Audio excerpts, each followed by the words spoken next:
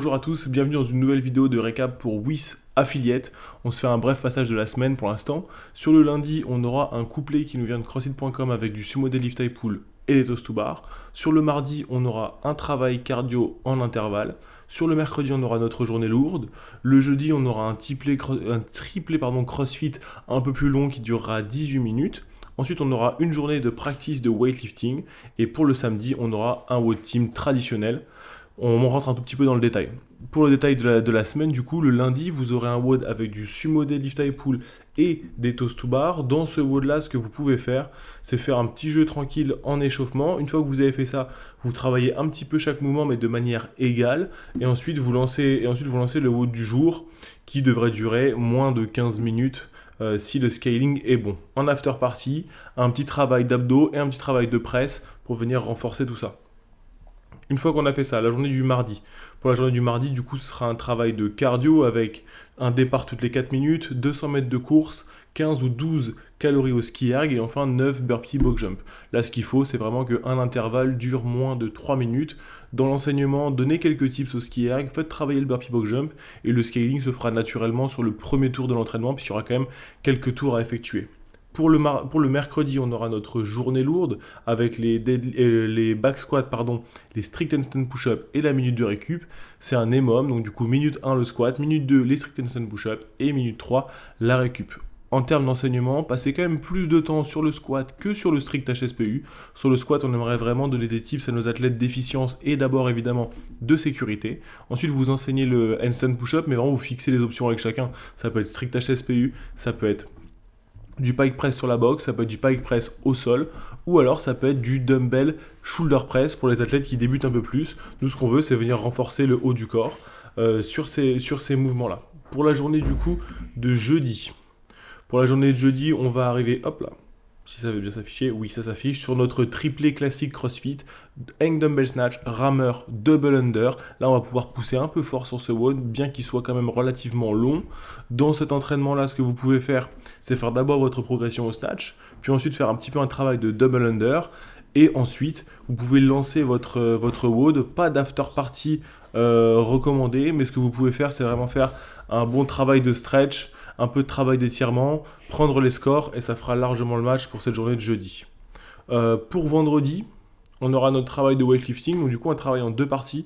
Première partie, on travaillera sur le power clean and jerk en touch and go sur 3 répétitions.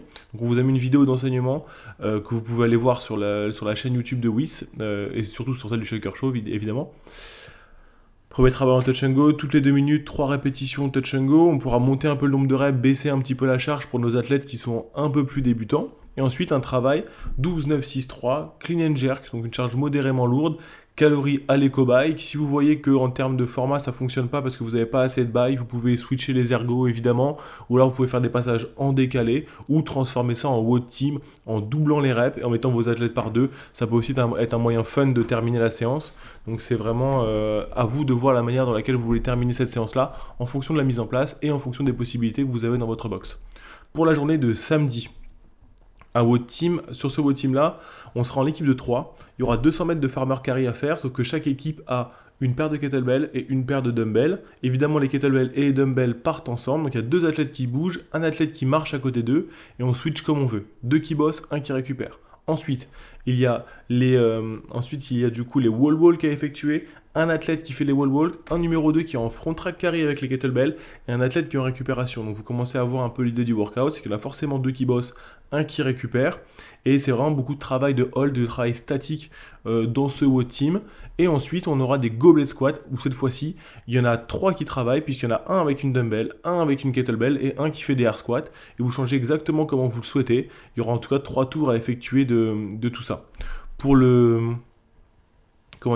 pour l'after party de ce WOD-là, gardez les choses très simples. Franchement, on range le matériel, on fait un bon stretching tous ensemble, et puis on sert de ces moments de WOD team pour faire une bonne photo et souhaiter un bon week-end à tout le monde et débriefer un tout petit peu la semaine de training. Voilà pour un aperçu de la semaine en termes de training pour les WOD, pour les blocs complémentaires. On vous rappelle, ces éléments-là, c'est là pour vos athlètes qui souhaitent faire l'écart, qui souhaitent faire comment dire, des throwdowns régionaux, on va dire, des bonnes compétitions du coin. Et ben eux, ils ont besoin de faire un tout petit peu plus peut-être. Et ben dans ce cas-là, on vous a mis 3 blocs en plus, un travail de conditioning long. Nous, on vous conseille de faire ça du coup le vendredi après le travail du clean and jerk. Un travail de force qu'on vous conseille de faire en début de semaine avec du deadlift et du push press. Et enfin, un travail de renforcement qu'on vous conseille de faire le jeudi pour ces athlètes-là, ou alors de le décaler si leur jeudi c'est leur résé traditionnel, avec du bench press, du rowing, du landmine press et du tirage, et quelques triceps extensions et quelques biceps curls. Encore une fois, ces petits blocs complémentaires, ils sont là juste pour agrémenter la programmation d'un athlète qui viendrait faire un peu plus, et pour vous pouvoir garder un open gym et un fonctionnement de salle beaucoup plus cohérent, mais ils sont en aucun cas obligatoires. Pour ces éléments-là, qu'est-ce que j'allais vous dire? C'était vraiment de venir, soit vous les donnez soit vous les donnez avec parcimonie aux athlètes qui veulent, soit vous les notez sur le tableau, mais en aucun cas c'est des choses qui doivent être nécessaires à faire dans la semaine. L'important c'est vraiment de faire les WOD du jour, et déjà de s'y filer un petit peu là-dessus, ça sera largement suffisant pour quelqu'un qui souhaite faire un petit peu de compétition. Encore une fois, sur le groupe WhatsApp, on reste disponible avec Ellie. Si vous avez la moindre question, si vous voulez discuter avec nous de la programmation et de tout ce qu'on est en train de faire, franchement, c'est avec grand plaisir. On continue tous ensemble sur ce off-season. Nous, ça nous fait vraiment super plaisir de voir tous vos retours, que ce soit sur Insta ou alors sur le groupe WhatsApp. Je vous souhaite une excellente semaine et puis à bientôt les gars. Ciao.